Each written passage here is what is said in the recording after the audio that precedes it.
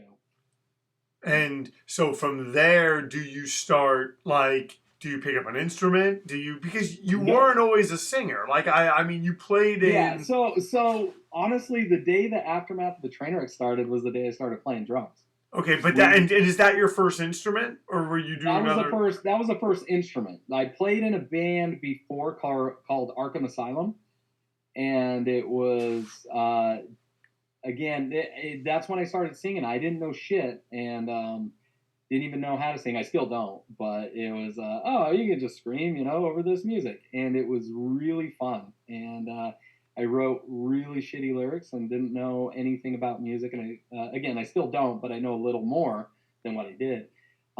It was easy to be in bands because at that point, the people who were booking shows at that time, Sean from Clear, and this other guy that I worked at a record store with, they stopped doing the hardcore shows because of a kind of inner beef with people in the scene. And so they knew that I was interested in, just kind of contributing and doing, playing a part. So they taught me how to do shows. And so my first show I booked was, I helped with a figure 4 show in like 2000, I think.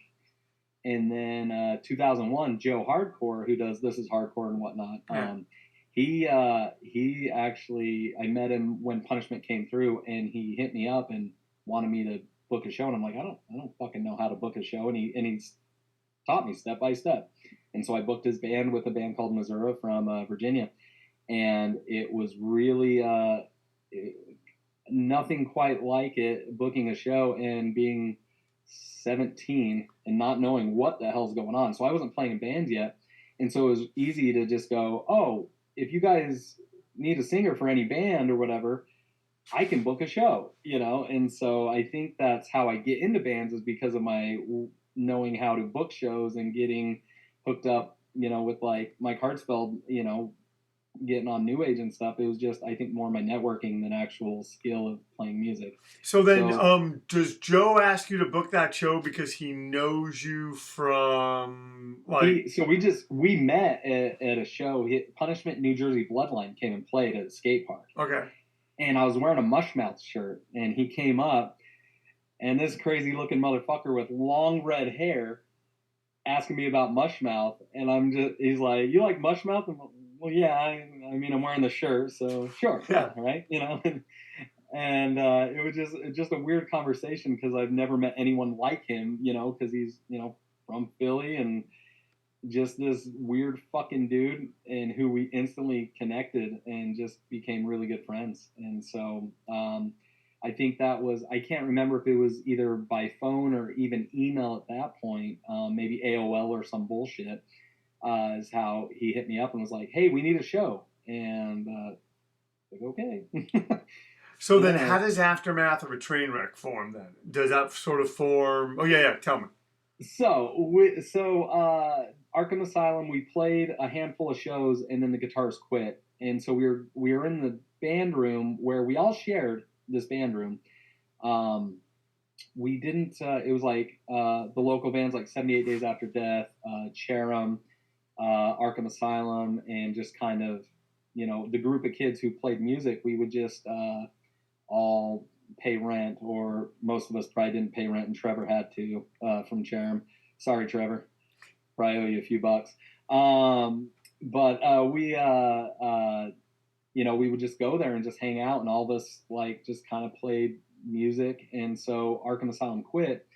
I met Tyler, who played guitar in Aftermath, and we were talking about, he knew how to play guitar, and I told him how I kind of wanted to learn how to play an instrument.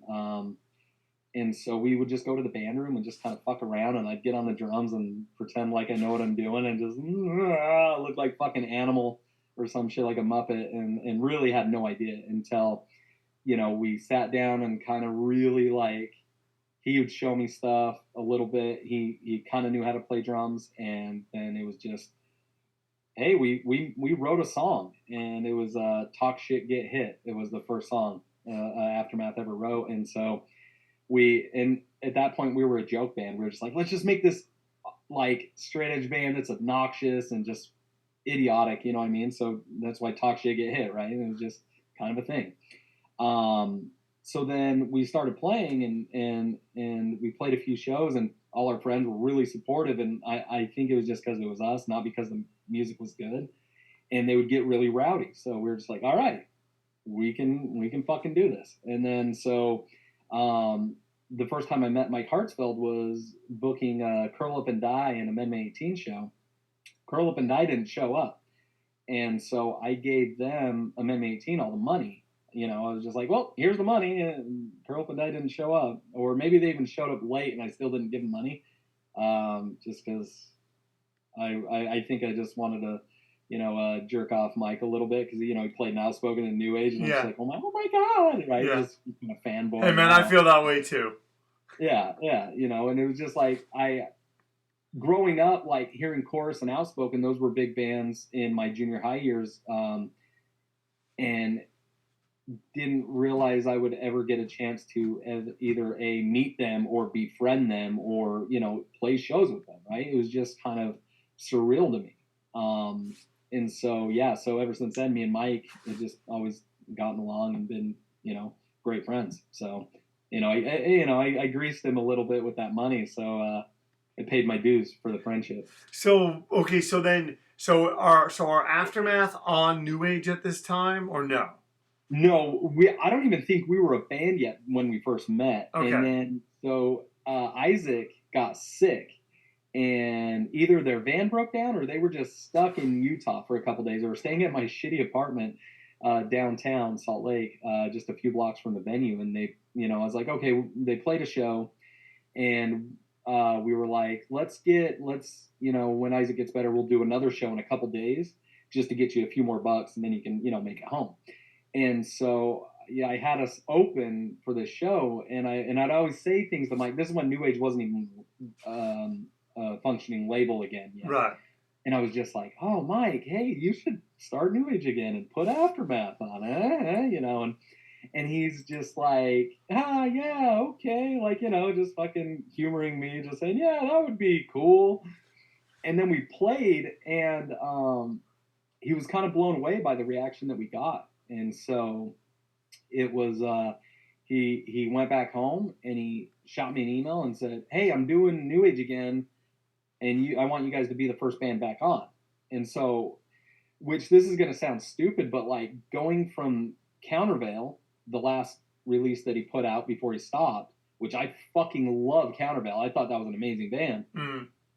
To go to Aftermath, and I felt almost like, Mike, you idiot, you're gonna fuck up with us. But it was like so humbling and so fucking cool being, you know, like whatever I was, 19 years old doing this and just going, holy shit, like this fucking record label, this being next to Countervail by this fucking guy who played such a big part of my like upbringing into hardcore, it just blew my fucking mind. It was so fucking cool. And, you know, I don't think people outside of hardcore understand how fucking tight knit it is and how amazing it is that you can meet all these people and like how accessible they are, right? It isn't like fucking, you know, Taylor Swift, you know, or whatever. It's like you can actually fucking shoot these guys an email. You can get them on fucking Instagram and go, hey, dickhead, let's fucking play a show together. And they're like, all right, yeah, I guess that's cool, you know.